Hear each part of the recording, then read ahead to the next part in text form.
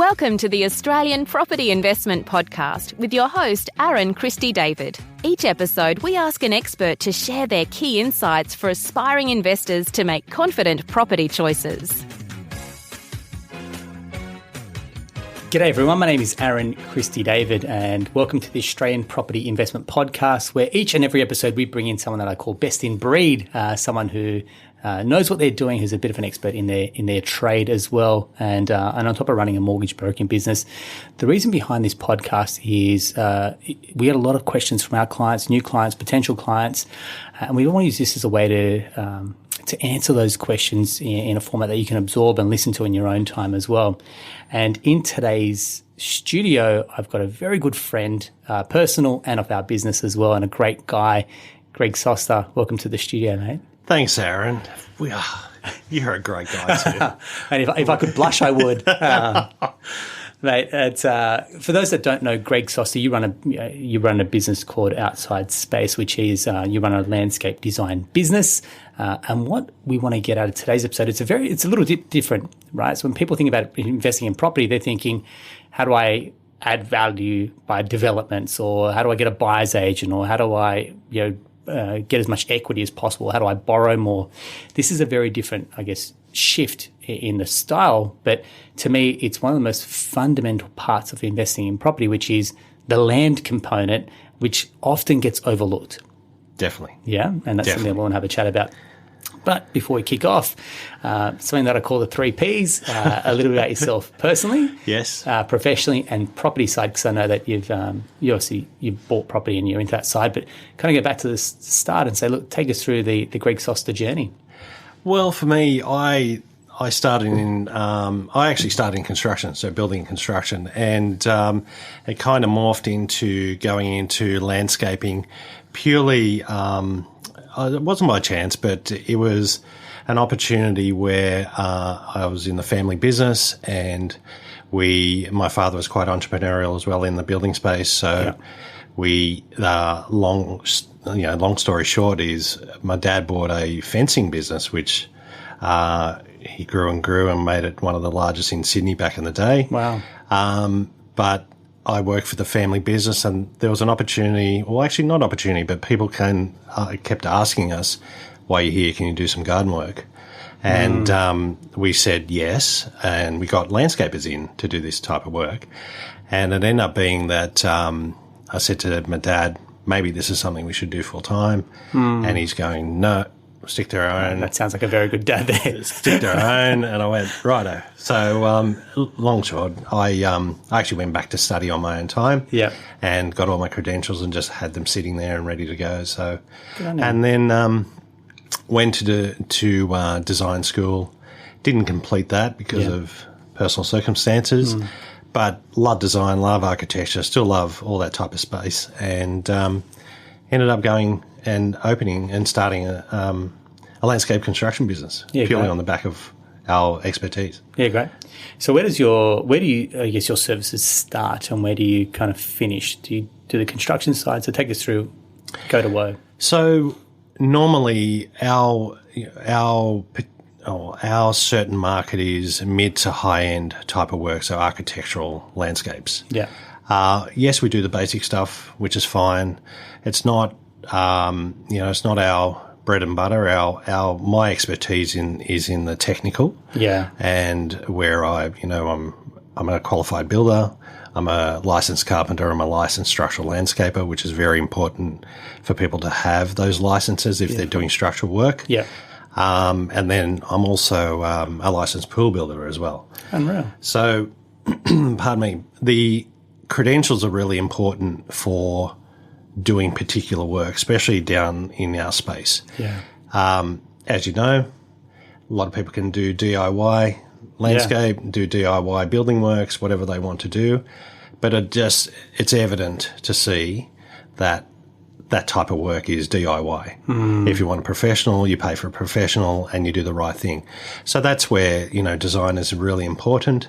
The construction side is done to the T or to code. So we follow national building codes, just like any builder. So we're pretty much deemed a builder, but we have more facets to our industry. So, we can do basic work as builders do.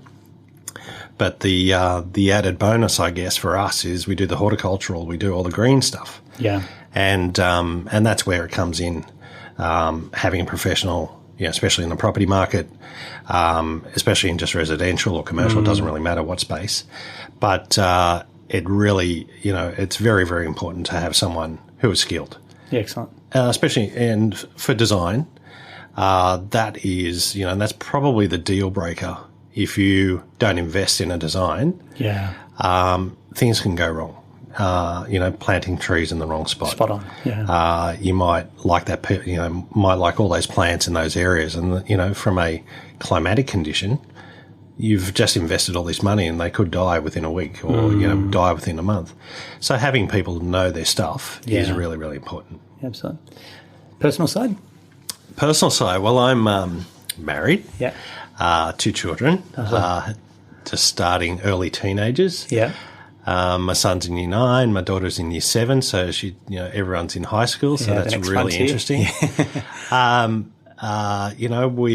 We live near the beach, so we like, sand and surf, all that type of stuff. I enjoy skiing. I love music, so, sometimes I whip out the guitar and play in a band or jam with a band. Good on you. Things, and just kind of keep things really simple and have a nice life. And then privately, we do, from a business point of view, but also, on a personal level, we like homes, we like architecture. And I just, in my own time, I just enjoy reading and admiring it, really good architecture and residential stuff. So, and that's, the other thing is food and wine. There we go. That's the deal breaker there. I really enjoy food, wine, and beer, and hence the kilos at the moment. Well, I'm sure after working outside in the sun, you probably earn your beer more than someone who's sitting at a computer all day. Some days. Right, perfect. I guess the reason why I wanted to have a chat is quite often people will look at a property and what's drawn them to that property is the garden or the size of the block and the land and the potential for a beautiful garden and the green spaces that we crave. I think this really came as an important focus, probably out of COVID as well. People have shifted maybe from a lot of apartment living to now going, well, hang on, I can actually get a lot more bang for my buck, i.e. land, to be able to have a green space. And that, you read anything, it sounds a little bit woo-woo, but you read the amount of energy benefits that come off the back of having your feet on grass, for example, and what that does to kind of ground someone as well. So to me, that's why I wanted to have a chat to you and say, look, as an investor, if we look at it from that perspective, we all want to kind of create maximum value for our properties, and sometimes that can be the allure of a wonderful garden. I can say that just because my parents have sold their property, and the first thing that everyone noticed was mum's garden. Yeah. And that the styling didn't even make a difference. It was the garden that was probably one of the biggest differences as well. So take me through, I guess, when you're consulting or when you're talking about gardens, what is your trained eye looking for? How do you then decide what can fit? Is it climate? Is it this type of block? Yeah. I going through that is more understanding the client and who lives in the home. Nice, yeah. And what they're planning to do with the home long term or short term. The common questions I really ask is, what do you do? What do you enjoy? Especially, this is all outside, it's got nothing to do with inside. And, do you enjoy cooking? Do you have a family, young family, old family? Older children? And, or do you have parents living here that need other requirements? But is it an investment property? Are you flipping? Or is this a home that you're going to stay, but potentially, you want to add value to? So those questions will actually determine budgets, and they'll also determine the outcome of how they want to use, the block or, turn it into green space. I guess, the common thing is, the common comments we go is, we want a low maintenance garden. We don't want to spend too much. And I go, well, that's fantastic, but there's no such thing as low maintenance. There is maintenance. It depends what you need. But I would say if you do it right, there is some maintenance, but people get enjoyment Yeah, It's not just maintenance. It's actually grooming and titivating and all that type of stuff and making, things look really great. The other thing is working out how people want to live outside. Yeah. And the relationship. So the biggest one, last few years has been the connection from inside outside. Yeah. So they want to, while they're dining and cooking and eating and having family gatherings, it transfers out to outside. So we look at that relationship from a build perspective. Do they have to do renos to actually encompass all those, attributes or requirements? And then, do you want a pool?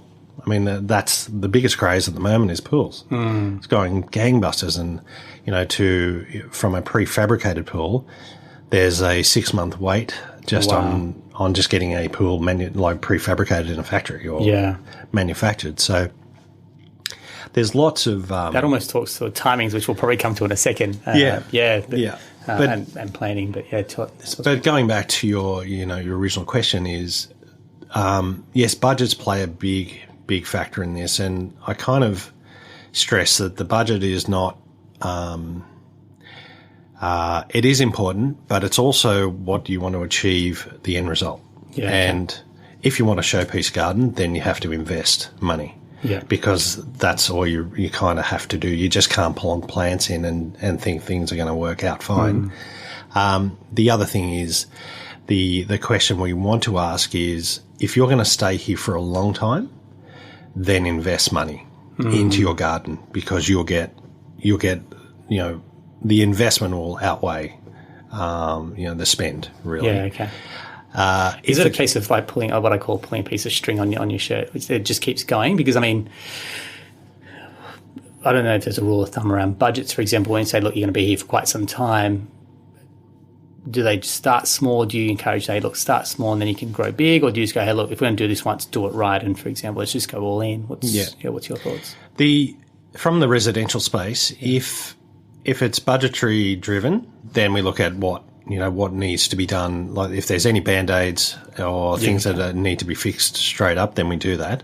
And for quick turnaround, if it's just a flip, then you want to do quick work, and that provides quick impact that's going to marry in with the home. Can we just touch on that? Okay, so a lot of our clients are investors, so the greatest curbside appeal is an appealing to owner-occupied, which they have an affinity or emotional connection to a property. The garden can do that. You talk about the beautiful spaces, and the first thing you do is when you drive to a street or a house is the garden. Yeah. So if I'm looking to sell an investment property, what lead time should I be looking at to get a garden springtime ready, because it's the peak time for houses to sell because the gardens look beautiful. It's a great climate. When should I be starting the plans to get it ready to sell for the garden to look schmick? We always say do it when you get the architects or the designers involved. Okay. We include us as in that space as well, because there's connections there that can be drawn on, but there's also sharing of trades is really important as well. If you've got carpenters doing work, that same trade can probably, whack up some stuff outside. Nice. Instead of getting separation and having different people come in, you can keep the same trade in there, reduce your costs. If there's, for instance, bricklaying or concreters, that you might want to do a concrete path, or you might want to do, some funky benches and out of bricks or whatever it might be. You kind of utilise the trades are already there. So if we're there early enough, we can include some things or attributes or features that will suit that building or that design. But also the market they're trying to sell to is really important as well. Curb appeal is really important for certain people. But if you look at low maintenance, obviously it's either I'll come back a step. It's if you're going to flip, do you want to have established plants and something that's been lived in straight away and it can be presented very well, then you have to buy established plants. Yeah. I'm going, and I will say from the TV side, so from a Better Homes and Garden side. Yeah. We do those gardens for Better Homes and Gardens in the background, so we do all their technical work. Yeah. just from a TV point of view, if you all they do is fill the space with advanced plants. Yeah. Because for photography and impact, to get it across television, to get it across photos and marketing and all that type of stuff, things have to be full. So if that's what you want, that's the investment that you have to make. But if you're not really fussed on that, you just want some landscaping done, you just put in some whatever's available. It's not whatever's available, but you just say semi-mature plants and some turf and lawn and some really low maintenance elements where people can actually look if they're walking through the front gate, and there might be some lawn edging. Yeah. And it's all framed and everything is in their little box. Then people will go, you know what, this is fantastic. We don't have to do a lot of work here. Or we engage the services of a garden maintenance team to come in and do the work if they're owner-occupiers. So it's more providing those solutions for the next person to come in, and then they'll say, you know what, we don't have to spend any money here. This is fantastic. We're happy to pay the extra amount of money. And property can command a premium for a well-established or a beautiful-looking garden, right? Yep. So if you've put really cool spaces in the back, they don't have to be super expensive, but you've thought about a design, you've thought about the layout, and you've worked with the relationships to the home and connections from inside to out. And, the rage is fire pits, for instance. Yeah. Everyone wants a fire pit. Yeah. So if you include that in that, if that's a selling point, and some people love that, you can't just put fire pits anywhere. They've got to be strategically placed because of fire zones and risks to other people, or flames going everywhere, or embers. Yeah. So things like that. If you can even sit with a designer or a landscaper, they should be able to give you really good tips and tricks to help you through it. But if you want really good design, you have to pay for it, unfortunately. Yeah, well said. Yeah. I mean, there are a couple other, call it on trends, but there's popular movements. I mean, the outdoor barbecue / kitchens become super popular from what I've seen. With pizza ovens. I was about to say with the pizza oven as well. Yeah. And then water features is another one, for example. I wouldn't say, swimming pools are a big water feature. Yeah. So I would say the water feature will be a swimming pool more than anything else. But, depending on, unfortunately, you do have to get planning for swimming pools. So you just can't plonk them in the backyard or front yard. So, but all the other elements, if you have a tricky site, is probably more important to get an expert in to help you, meaning sloping site, or you've got to, access to a block. Yeah. But if it's sloping and if you need some elevations or levels, certain levels, or terracing they call it, where you may want to take out all that. We've noticed we do a lot of sloping sites, and we notice that people require terracing for children to have trampolines, so you need a level ground, or they want another area level area for veggie patches. So people are really into growing produce at the moment, as well. During COVID, it just went nuts. So, and things that people want some, natural elements in the gardens. So paths and all those things, all the interrelational and the connection points have to be mapped out. Yeah, great. I talked earlier about, so we come back to it, is timings. And this is something that I'd like to touch on with everyone. I mean, we all like to be organised, we all like to be client responsive, but at some point you go, well, you're calling me, I can't do this job tomorrow. And we love all our clients to bits, but I guess managing expectations. So taking a brief, meeting a client, setting a budget, setting a planning mode, what's your ideal experience for a client when they're coming to you? What should we talk about in terms of timeframes? Obviously, job dependent is one part, but in an ideal world, what's a briefing process look like for you? So depending how big it is, or how the extent of the works, I would say if there's no design, essentially within 3 to 4 weeks waiting, because there's other projects ahead, and some works could take a week, some could take 3 weeks. But if it's 3 weeks with a team of 4 to 6 people, I mean, that's a pretty big job. Yeah. But I would just say, if you allow a month or 2 months just in the planning and working with builders, if there's builders coming in, if not, if it's just separate to us, like us being separate, allow a month for us to do the work. I would say you mentioned a reference of spring, and then having things done before spring is ideal, but have maximum impact. The gardens need to be established for about a year for that to happen. So if, I don't know, the hindsight of time, things like that may not work. Winter is a really good time to start. Autumn, winter are really good times to plant and do all that type of green stuff, because a lot of the areas are dormant. So the plants are dormant there and the grass is asleep. And when spring hits, they really give a good fire and a good punch to come out. And you'll find they'll grow over the winter periods, or in the cooler, and they'll establish themselves. But when spring hits, there'll be a little bit of impact straight up when spring, the warmer months come in. And then it's just a matter of just maintaining it until the sale of the home, if that's, the intent. Yeah. So if you're going down that building path, do you wait till it's kind of near? I mean, you mentioned about working in with trades, for example, which almost means that you need to have that conversation at the start. Because a lot of people, when they're building or buying off the plan, the fencing and the landscaping sometimes, or generally, isn't included with the build contract, right? So then it's like almost a bit of an afterthought at that stage, going, what are we going to do? So if they're buying or building off the plan type property, again, when should they be engaging you to then get access to the property and try and get that garden looking ready for a move-in date as well? Well, that's a really interesting one, because it can be different. But that's why we say engage someone early on in the piece when you have plans, you've already nominated your builder. Maybe your builder can help you with a landscape contractor or someone that they have access to. Yeah. It's really good to have that communication and have open dialogue early. If you leave it to the last minute when lock-up and settlements around the corner, you're running the risk of there's too much work, you have to wait. There's probably access issues that you could have capitalised on during the build, and that would have reduced your money or reduced costs.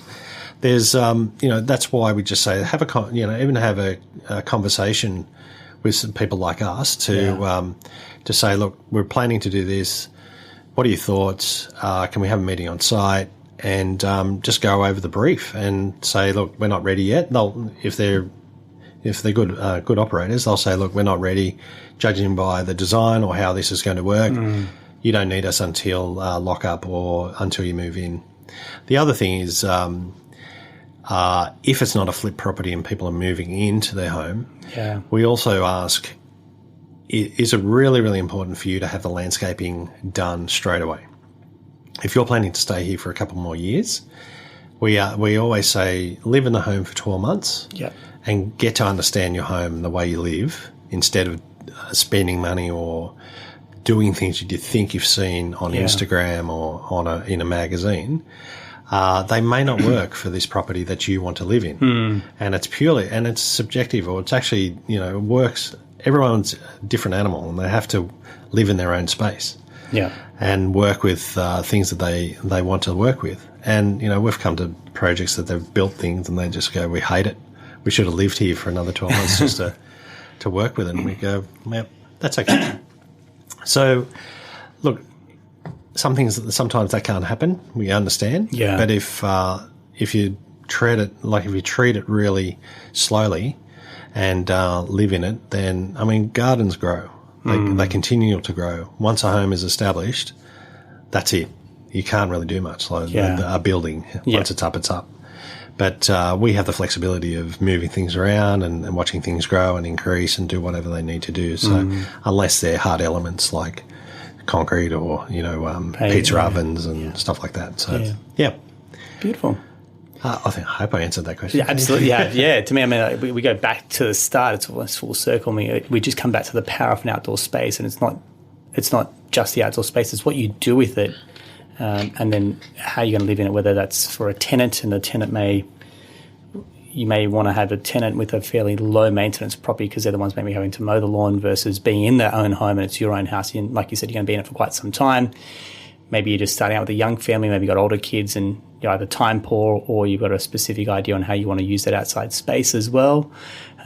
Sloping block, not sloping block, for example, aspect becomes a huge part of that as well. And you may love roses, you may hate them. You may want herbs and veggies. You may want beautiful flowers, and it just comes down to personal preference and taste, the time in your life, and also what you're intending to do with that property. But I think the message that you and I are trying to communicate is people are yearning for green spaces, outside spaces, and just how you want to build that and customize that really comes down to the brief that someone gives you and the quality of that brief, isn't it? Yeah.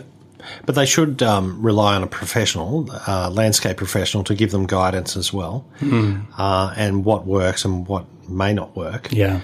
And it's not necessarily trends. It's just being really pragmatic and more sympathetic to the families or the people, but also the architecture of the home. So my real goal is to make sure that nothing stands out. It's either sympathetic and matches in with the architecture. If it's quite a nice home, it doesn't matter which home it is, really, to be very honest.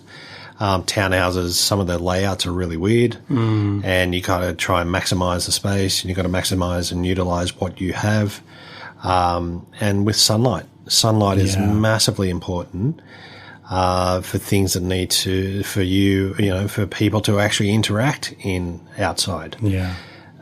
People don't, it's very, very, we look at things and say, you're going to be in complete shade for the most of the day. You don't want to do this type of, you don't want to do this type of the scope of work, yeah. Scope of work, because you're not going to enjoy it. You're going to be cold in winter, or it's going to have, it's going to have lichen or moss, and you've got to have areas there that you want to capitalize on sunshine and a bit of warmth. Yeah. And knowing that, and knowing aspects, and knowing how the area around works from climatic conditions. There's little zones, little pockets, they call it, microclimates in all backyards or front yards. Yeah. So all those need to be, monitored and included, because you're investing money, no matter the size of budget. You're investing money and time. That's right. And you want it to be there for quite a long time. And last things you want is for a landscaper to put stuff in, or a homeowner to put things in and go, oh, everything died, I'm not a green thumb. Sometimes it's just put the wrong plant, and they haven't really studied the climatic area. And I have a feeling like everyone has a green thumb. And it's very soothing. It's great for the soul, isn't it, being outside and putting your hand in dirt. And I can speak from first-hand experience, Bernadette's a keen green thumb, and it kind of rubs off. Yeah. You spend more time outdoors, and like our kids running around, and you just learn to enjoy that moment. I feel like gardening is the ultimate symbol for life. You have to start small. It takes time. It takes patience. It takes learning. And if you want to get really good at it, you research it, or you bring in professionals as well. But there is just no overnight garden. And we've done that. We've kind of started small, start one space, build it up, learn from it. And then if you want to find out more, you speak to someone like yourself, or you go to a nursery and you read some books and you watch some videos and you get on YouTube. And now suddenly our YouTube's full of gardening tips and tricks. And that to me is like the ultimate parallel of life. It's if you want something, you want to work towards it, you kind of you roll your sleeves up, you get the work done, but don't expect any overnight successes either. Definitely not. But as you mentioned, the bonuses of gardening are far outweigh, especially with COVID, people were stuck at home. Yeah. They were kind of caged animals, so to speak, and they were looking at their gardens going, oh, look at that. What can we do? So they call people like us, and we come in and do makeovers. But I guess the one thing is, for mental health. Yeah.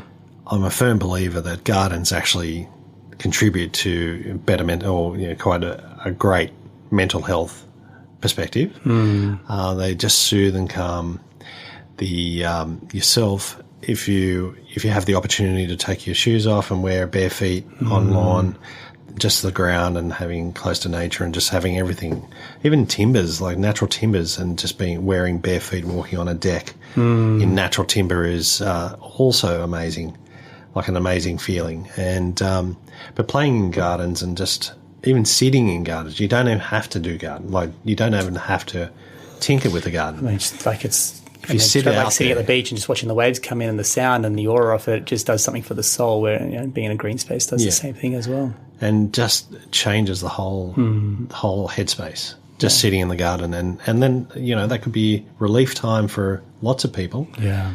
Relief time for the families and the children. And being cooped up in a home, I just don't think, a lot of people like that. Correct.